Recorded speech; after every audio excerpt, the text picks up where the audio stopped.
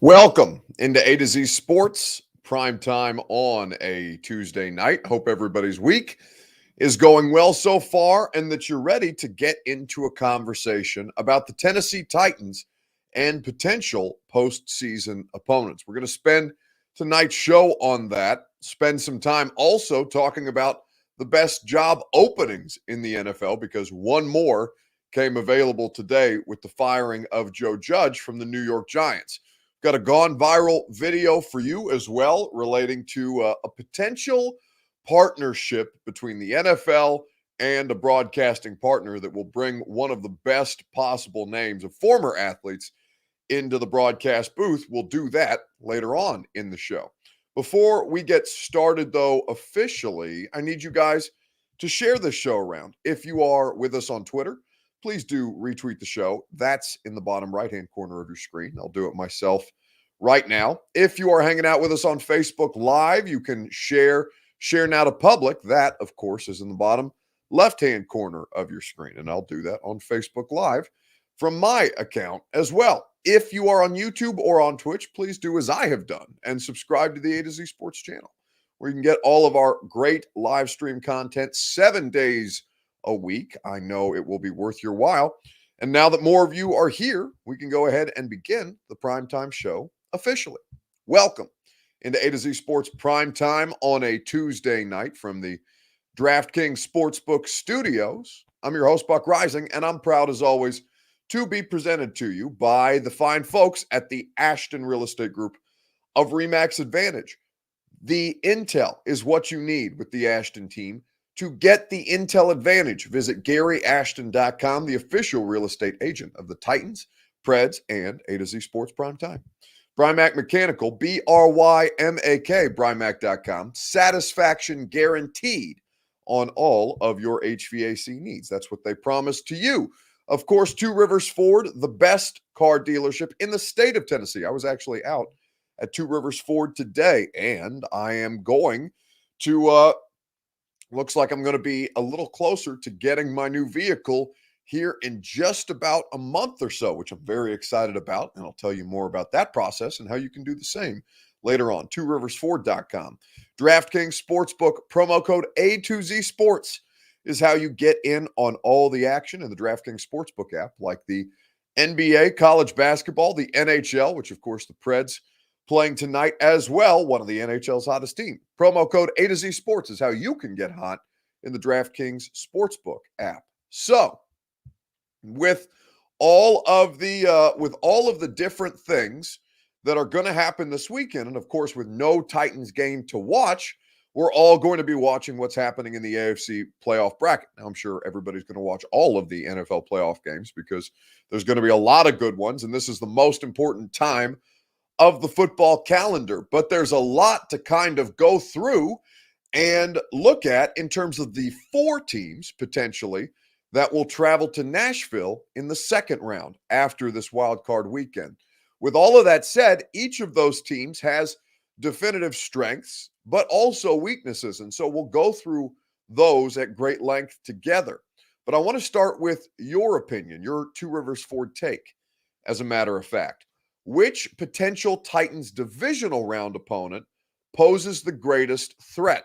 So we'll go through them, all right? We'll go through the bottom 4 seeds that could potentially end up in Nashville because, of course, it's the lowest remaining seed that will play their game in Nashville. Cincinnati is the 4, Vegas Raiders the 5, the New England Patriots are 6, and the Pittsburgh Steelers are 7. So, there is some degree of competency. I think probably consensus would say that the Steelers are the worst of these playoff teams. And frankly, the Steelers are only in. I had a great call on the radio show today. Great caller on the radio show today. Bring this up. The Steelers are only in by grace of beating the Titans. And honestly, that's a big reason why the Indianapolis Colts are not in the postseason. So maybe this ends up working to the Titans' advantage if they are somehow able to upset the Kansas City Chiefs on Wild Card Weekend. So to kind of run through those first round games, those Wild Card Weekend games, the Bengals and Raiders will play as the 4 and the 5. The Bills will host the New England Patriots as the 3-6 game, and of course the 2-7 is the Steelers at the Chiefs in Arrowhead. So a lot of interesting ways to kind of go about that and a lot of interesting matchups to talk about. So I want to start with your Two Rivers Ford take in the comment section. Potential divisional round opponent poses the greatest threat to the Titans. Let's talk about it together on Facebook, YouTube, Twitter, and Twitch.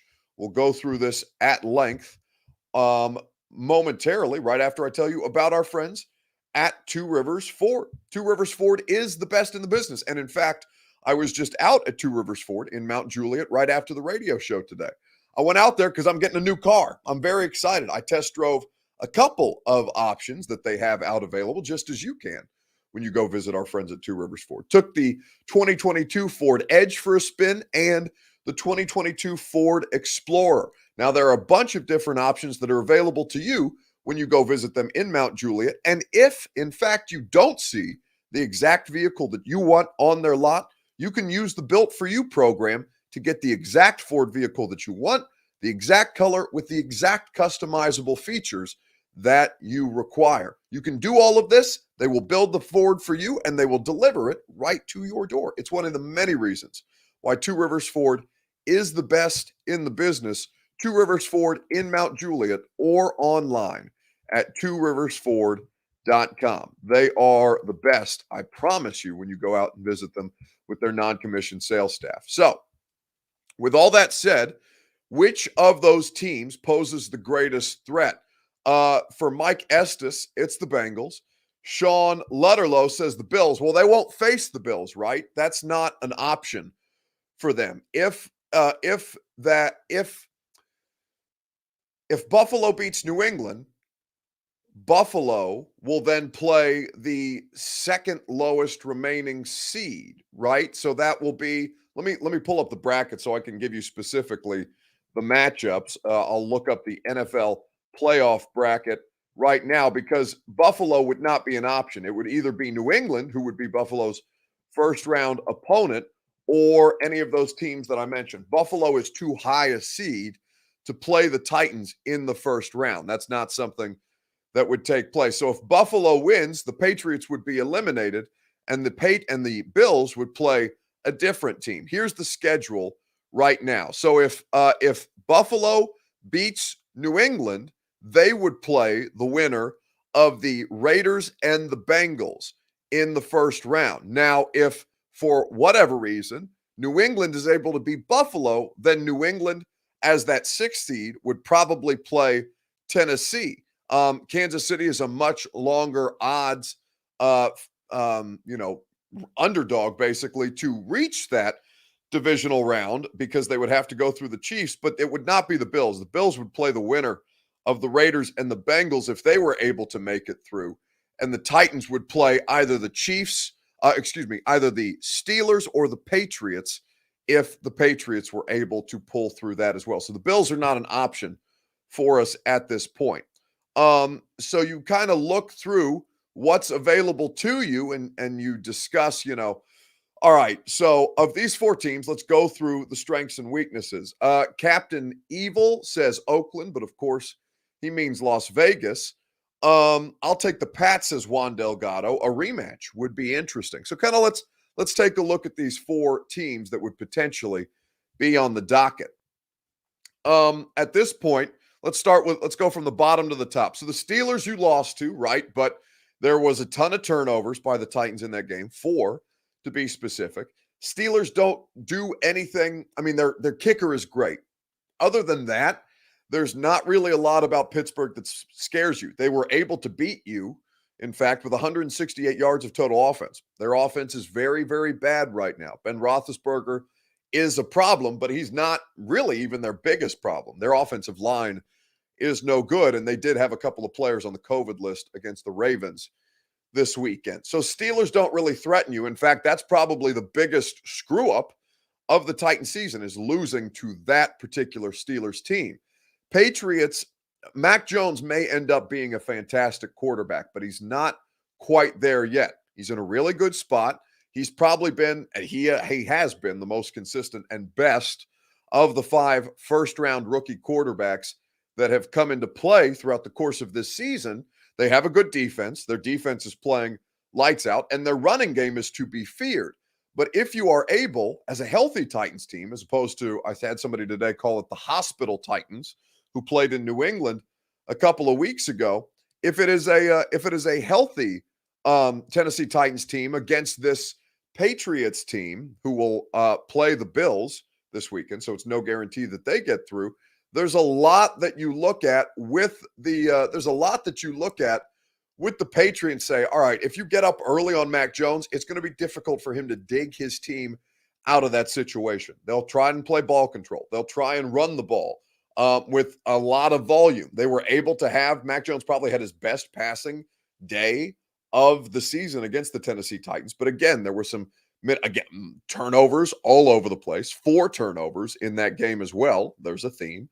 And with Mac Jones, he was not really under a ton of pressure during that game. New England did well to protect him, and he was able to make some plays down the field. I would not anticipate that being the exact same kind of game should these two teams meet again.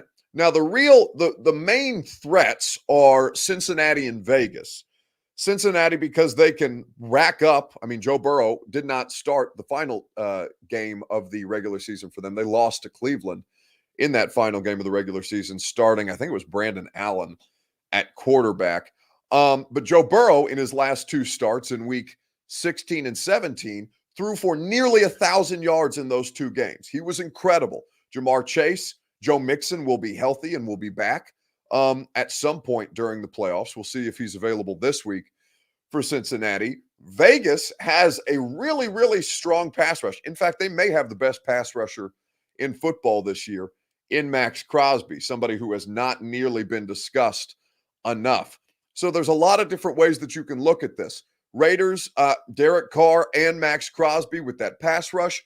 I think that there are some things to be feared there. I think that Joe Burrow, you can get to him. If you can get to him, that can mitigate the thing that the Bengals do best, but he is also a big problem with that collection of skill position players. Patriots, good defense, good running game, but there are ways that you can basically bury them, for lack of a better term. You're just able to get that early lead. And in the Steelers, that's not a game. The Steelers, honestly, the Steelers should be the first team out in short order on Saturday when they play the Chiefs. This is not a good Steelers team and not a real threat to any of these other 6 teams in the NFL postseason right now. So I'll tell you who I believe to be the biggest threat momentarily. I'll give you some more answers, or let's read some more answers here in just a second, right after I tell you about DraftKings Sportsbook and a fantastic offer that they have for you. DraftKings Sportsbook is the best in the business because they have so many great offers if you want to get in on the action. If you're a first-time customer at DraftKings Sportsbook, you can bet $5 on any – oh, this is an old copy. We don't want this copy. I'll get you the latest. That's not what you want because you want to bet the NFL, not the NBA right now. And I'll tell you how you can bet the NFL. An official sports betting partner of the NFL, by the way, is DraftKings Sportsbook. And as they count down to Super Bowl 56, you can get 56-1 odds on any wild card team to win their game. You bet just $5 and win 280 in free bets if your team comes out victorious. All customers can also get in on DraftKings Hammer the Over promotion. These are fun. For every 5,000 bettors who take the over for Saturday night's game, the point total will lower by 0.5 point. Download the DraftKings Sportsbook app and use code A2Z Sports. Get 56-1 odds on any NFL team.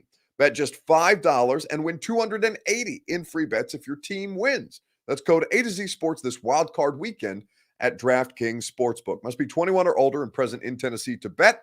See DraftKings.com/sportsbook for details. If you or someone you know has a gambling problem and wants help, call or text the Tennessee Red Line, 1-800-889-9789. So, with all that being said, which of those 4 teams is the greatest threat?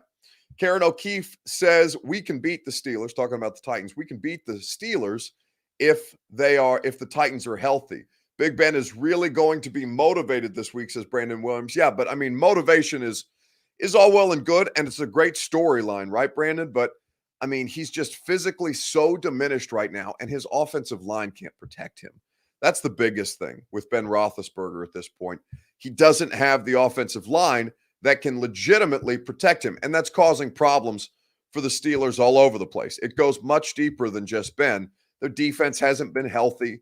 They do have a good defense when it is healthy, but at this point, if you're talking about potential divisional round opponents that pose the greatest threat, Pittsburgh is a non-factor as far as I'm concerned.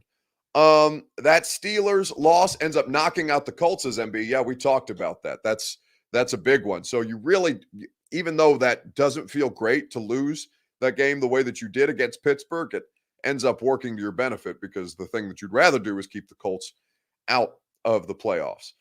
Xavier Clemens says Davis Mills over Mac Jones, and that's an interesting conversation because I think that Davis Mills, if I recall, I'm going to look this up really quick. I believe Davis Mills with a fourth round draft pick, third round in this 2021 NFL draft. So I don't know how many people would take Davis Mills over, Trey Lance, who we don't really know much about, Justin Fields, who's had an up and down season, but that's because the Bears are really awful. Mac Jones has shown limitations, but he's in the best possible landing spot for people that are going to maximize his skill set in the New England Patriots. And then with Trevor Lawrence, I mean, it's just been so bad for him and Zach Wilson with the Jags and the Jets, respectively. I mean, Davis Mills has put together a lot of nice games. There are, again, after having seen him live for the first time and watching a couple of his games in preparation for last week, I don't know how many of those five guys, or I don't know how many of those guys I would take Davis Mills, or that I would take Davis Mills over. I don't know from a talent standpoint if he's better than any of them. I do know that he did show some things. They were really effective as far as first opening possession touchdown drives. They had done well with that. They were top 10 in that throughout the course of the regular season. And there's a lot to kind of be desired there because he does have some inability. He does have some deficiencies as far as reading defenses. Van Jeffrey says, Buck, I think we beat Cincinnati. Titans front three hits home fairly well against their opponents. Front three? What do you mean front three? You mean front four? You're talking about the defensive front? The only time they rush three is in, basically prevent defense situations, and that's not pretty common. I don't know what you're referencing. Front three, front four. Yes, I would say maybe you just used the wrong number there, Van. But yeah, I think that the pass rush. Listen, I think the Titans would be favored over any of these four teams, right? Over Cincinnati, over Vegas, over the Steelers, and over the Patriots. The Titans, if healthy, would be favored over any of those four teams, particularly if Derrick Henry comes back. But with all that being said, I honestly think it's the Raiders. I think the Raiders are the greatest threat to the Titans right now, should they make the postseason. And I think it's a pretty interesting conversation around Las Vegas right now because I think Derek Carr's been a pretty solid to above average quarterback. And I think the greatest threat to the Titans at this point, if they should make it through the divisional round, I think it has to be Las Vegas. They have battled through so much. They have found ways to overcome. They have done it with a good defense and an above average passing game. They've got some weapons in Darren Waller. Now they've looked a lot worse without Henry Ruggs, which is worth noting. And they've had a couple of instances. Nothing is just horrendous as the Henry Ruggs situation, but they have lost some pieces because of basically what it's like to live in Las Vegas as an NFL player. And you got to be careful with that. The greatest threat at this point to the Titans in the divisional round potentially is the Las Vegas Raiders because I think they are the most complete at this point. Now, again, I think that the Titans would be favored over them. I think they would be at least 3.5-point favorites if those odds were to open today. I think that Burrow is the most dangerous of the quarterbacks, but again, they struggle to protect him. Now, he's found ways to overcome it. And I think that it's admirable at this point. He's probably thinking 3-4 front, says MB. Yeah, but those aren't even like 3-4 fronts aren't. That's not even what football. And maybe that's just an outdated way of speaking terminology, MB, because defensive coaches don't even call them 3-4 fronts anymore. They're 5-2 fronts at this point because basically we've eliminated the outside linebackers as actual linebackers, and we just refer to them as edge defenders. So maybe I'm nitpicking, but it's 5-2 rather than 3-4 at this point in the NFL. TJ Watt is going to win that game by himself, says Walt Mack. He well may, by the way. Kansas City offensive line does not pass protect, but TJ Watt, I'm trying to think, did TJ Watt play in the Chiefs game when they went to Arrowhead earlier this year and they got smoked, right? The Steelers just had nothing for him. Ben had nothing for him. And so they have to at some point score real points as opposed to, matriculating down the field, trying to paper cut people to death, just getting the ball out as quickly as humanly possible. And they can't run block. So that's been an issue for them all season long. But I think the Raiders are probably the greatest threat at this point because they are the most complete team. Mega Man says, if the Raiders get by, the lights will be too bright in the divisional round. Listen, Nashville's not going to be an easy place to play. We know that to be so. But what I would say to you, as Karen O'Keefe brings up, it would be interesting to see Marcus Mariota back in Nashville, even if he's just the backup, because they do have packages for him to play on a regular basis. And I think that would be, that's a media person's dream. In fact, I'm actively rooting for the Raiders to make it here. I don't know. I would love to submit a request for Marcus Mariota to the Raiders PR staff. I don't know that it would ever happen because they probably don't want him doing radio in an opposing market, especially if there's a playoff game on the line. And Marcus probably wouldn't be much interested in that either. But I'd love to talk to Marcus about what it would be like to come back to Nashville, even if he's on the sidelines for the majority of it, because there's a real palpable there would be real palpable energy and emotion about that, not just for fans, but there would be for the team and for Marcus Mariota as well. I think that'd be a lot of fun, in fact.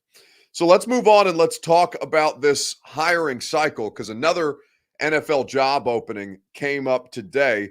The question that I want to ask you guys is this in the comments on Facebook, YouTube, Twitter, and Twitch. Which of the NFL job openings, and we'll go through them here in just a second. Well, I'll give them to you now. The Giants, at this point, you have the Broncos, you have the Dolphins, you have the Bears, the Minnesota Vikings, and technically the Jacksonville Jaguars are available as well. Rick Bisaccia is an interim head coach with the Las Vegas Raiders. Perhaps they will give that job to somebody else. Right now it's occupied and they're in the playoffs.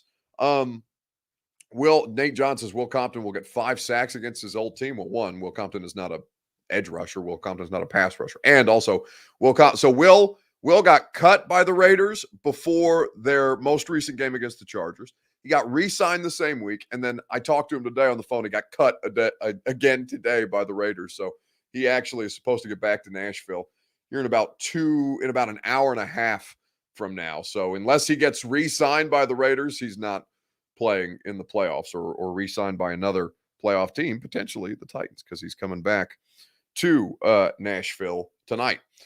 Cut twice and re-signed once, all in the span of less than a week. Tough scene for young William. But with all of this said, I think that team, with or without Will, is the greatest threat. But let's talk about the job cycle. So of six jobs that are open, Jacksonville included, even though their coach was already fired prior to Black Monday, and then today Joe Judge getting fired. David Culley is still up in the air right now, so that could potentially come available in Houston. Giants, Broncos, Dolphins, Bears, Vikings, and Jags. Which of those is the best NFL opening at this point? Let me know, and we'll talk about it together right after I tell you about our friends at the Ashton Real Estate Group of RE/MAX Advantage. GaryAshton.com. That's where you go for your dream address without the stress. Gary Ashton is the best place if you are trying to get the intel edge and maximize your real estate value. GaryAshton.com is the place that you go for that intel edge. And you can let everybody else screw around with the same properties and the same information and not maximize their real estate investment. Whether you're buying a home and looking for the best value, the best home to suit your needs, or if you're in the middle of the seller's market and trying to make sure that you sell for more, you do that with the Intel Advantage at GaryAshton.com, the official real estate agent of the Titans and the Preds and A to Z Sports Primetime. So, which is the best opening at this point? Adam Cruz says Flores to Denver. I think that Brian Flores, who got wrongfully fired in Miami, is going to have a great shot. Vikings for Dom Odell. Aubrey Calvin has his ranked. He says Vikings, Bears, Broncos, Dolphins, Jags, and Giants last. That's pretty good.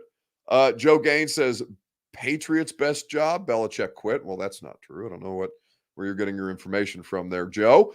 Brian Flores firing is still a joke, says DigiSports. Yeah, it's really, really wrong. And, I do think that there's some redeeming elements to the Dolphins, but I'll explain why I would not select the Dolphins as the best or the most attractive opening in the NFL at this point. Puka says Denver feels solid. MB goes with Vikings. Brian Malone says you have the first overall pick just about every year. I assume he's talking about Jacksonville. And of course, he would be correct in that regard. Now, I have a picture of Bill O'Brien up there because Bill O'Brien is being interviewed by a couple of different NFL teams to be a head coach again, Jacksonville being one of them, which is laugh out loud funny. But B. French brings up the case for Jacksonville, saying, I can't believe I'm saying this, but I'm going to say, well, he says stay, but he means say Jacksonville. And that's a pretty interesting conversation. There's so much work to do with that roster, and the general manager's still there. Here's why it's the Vikings, okay? I'll explain to you why. And it would either be the Vikings, and I mean the Giants are just a shit show. They really are. I don't think I can put the Giants in this conversation, even though they have a similar circumstance right now. So let me go through these. Let me go through these again. All right. Vikings, Bears, Dolphins, Broncos, Jags, and Giants. So that's 6 openings.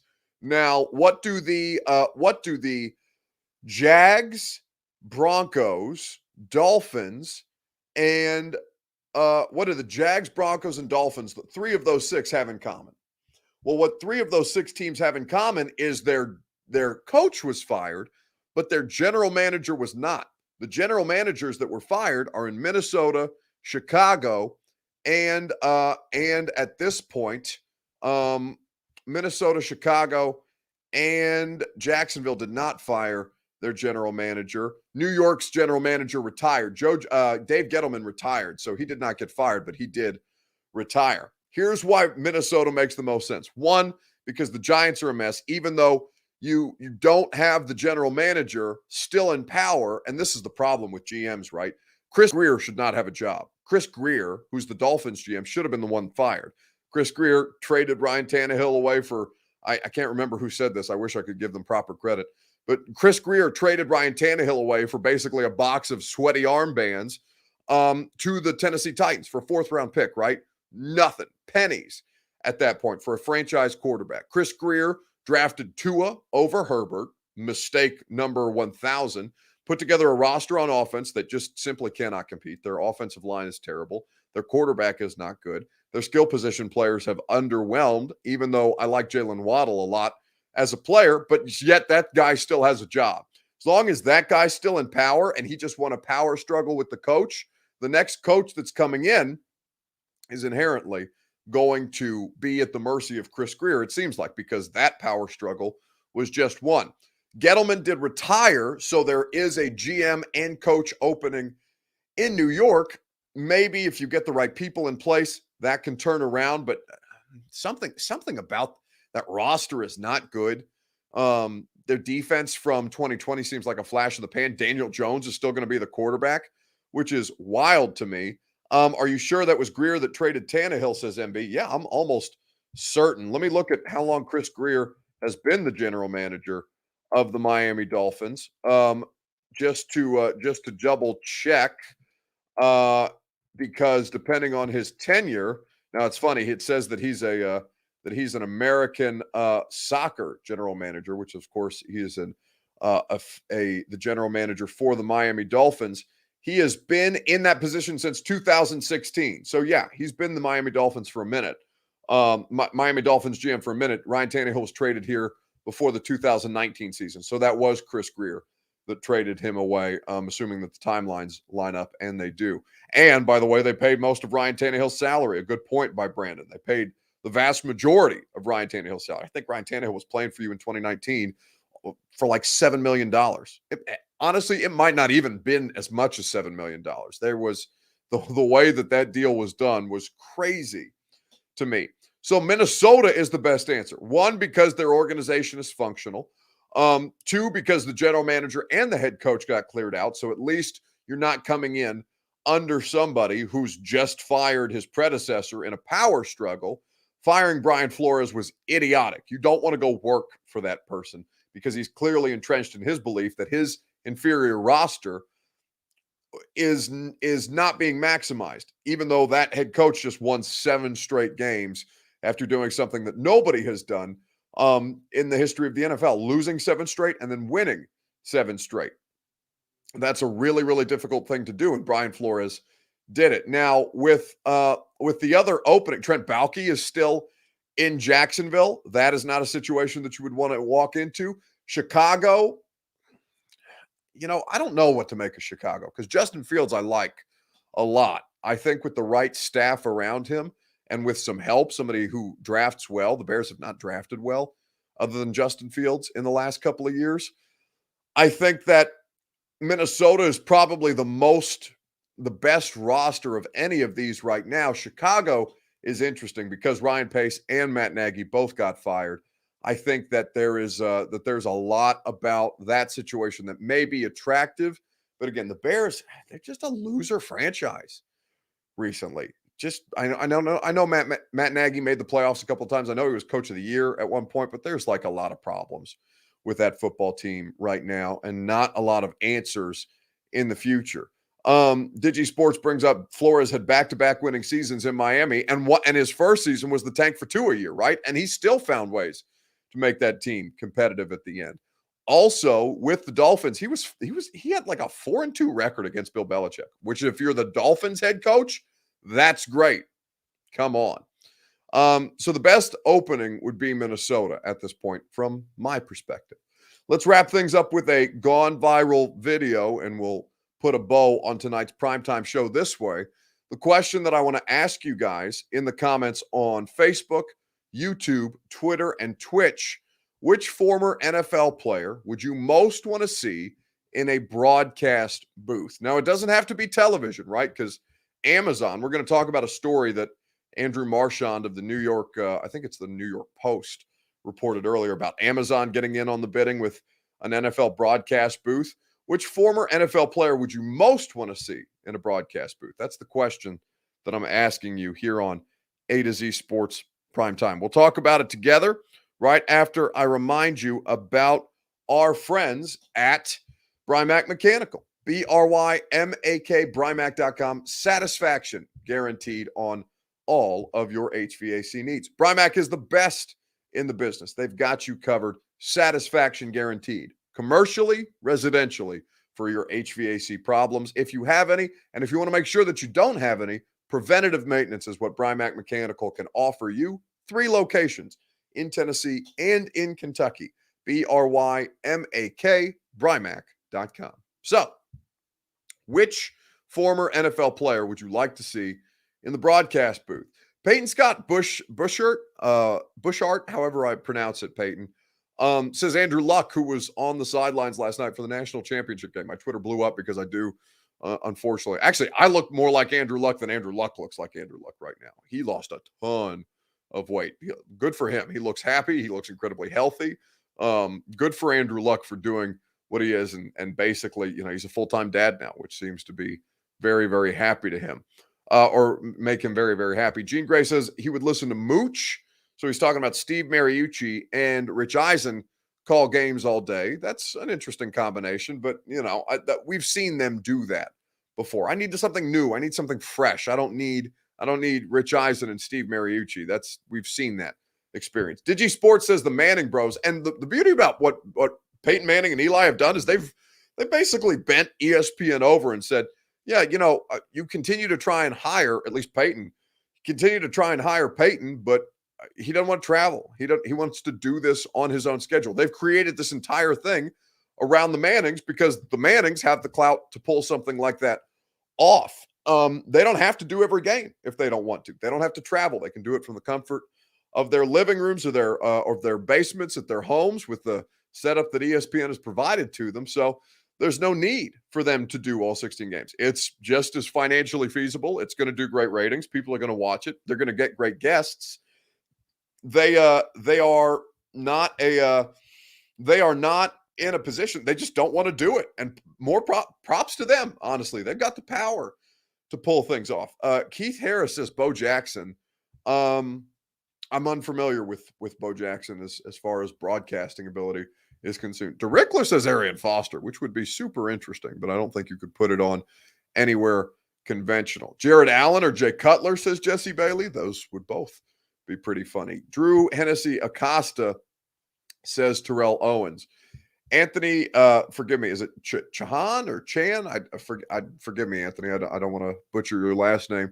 Says, can you reveal to us your favorite team? I know you've stated you are a Titan reporter, but not necessarily a Titan fan. Yeah, you're correct. I don't have a favorite team. I don't have an NFL team. I cover the Titans. They're a lot of fun to cover, by the way. I'm grateful that I cover a winning football team as opposed to being a Jags reporter and not having anything that I'm talking about matter when it gets to January at this point in the season. So I'm grateful that the team that I cover is consistently in the postseason because that's great for me. It's great for business. It keeps you guys more interested in football because the football team wins here. But yeah, I don't have an NFL team. My favorite team, if you're just asking generally about sports, the only team that I root for, like as a fan, is Indiana basketball. And they're terrible, which makes me very, very upset. So I try not to focus in on Indiana basketball as a part of my life too much because they're a 4-month headache for me during the basketball season. And it's really the only time that I feel like a sports fan is when I watch my Hoosiers play and usually struggle. We're just now getting to Big Ten play, and it has been, we've been doing Big Ten play for about 2-3 weeks now. And it's just, it's the worst. I can't stand it. So no, I don't have an NFL team. I just cover football for a living. Imagine sitting that Jags press box 8 games a year, says Jonathan Bobs. That press box leaks and it rains too much in Jacksonville. I'd be miserable. Like imagine being like, God, to work in Jacksonville or, I mean, even like a middling football team, right? Like the Falcons don't seem like they'd be a lot of fun to cover. Or, I mean, the Lions, for God's sakes, that's just a perpetual suffering. It does feel like. What would be another terrible NFL team to cover? The Bears. Actually, the Bears, there's drama, and people are very, very interested in the Bears year round. So there's a lot there. Stephen Kim Sheridan asks me if I'm a Bob Knight fan. I mean, Bob Knight was way before my time. I think Bob Knight's last championship was in 1987. I wasn't born until 1993, so I don't really, Bobby means a lot. I don't really get what the big deal is because he never, until recently, right? He never wanted to be around the program. Bobby just seemed like an angry old man that was out of touch. And I didn't get why people kept wanting to bring him back if he didn't want to be there. Like, I don't give a damn about Bob Knight. Bob Knight has no impact on my life whatsoever, other than he used to win championships with Indiana basketball. Nobody has won championships with Indiana basketball since then. So, I mean, Bob Knight doesn't really resonate with me, but it was really cool when he finally did come back to celebrate with that last champion. No, it was the undefeated Hoosiers team. I can't remember if that was the 86 championship team. Anyway, they finally got Bobby to come back to Assembly Hall, and it was as moving as anything that I'd seen, even as somebody with no emotional or timeline attachment to Bob Knight. That was a really, really cool moment. So I'm glad that older fans like that got that experience, and I was grateful to have seen that part of it. Buck and Will Compton in the booth says, "Be French, man. We would be a mess. we would be an outright disaster if you put me and Will in the booth together. Maybe maybe we'll do like a what do you call those Twitter spaces during one of the playoff games this weekend. I think that'd be pretty fun. We can do some I'll do some play-by-play and Will can do some color commentary in a Twitter space during one of these playoff games. I'll talk to Will about that after he gets home tonight and he gets settled in tomorrow. I'll wait until tomorrow to bother him about it. But no, the person who I want to most see in the booth is Marshawn Lynch, and reportedly Amazon is getting ready to bring him in. Want to make sure Everything going good today, Beast? Believe in superstitions. I always like to read the program front to back for whatever reason before the game.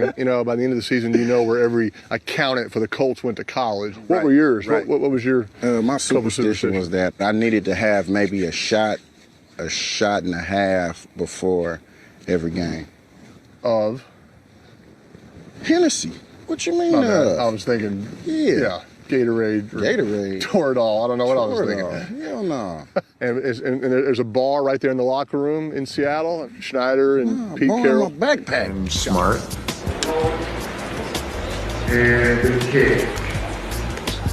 Marshawn had this devilish look at this cake, and he was going to take a chunk out of it. And we were like, how's this going to play out?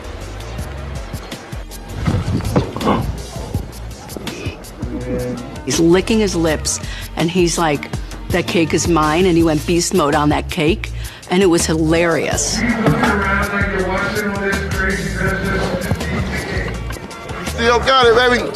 I see you, boy. He was the glue that kind of held the whole thing together.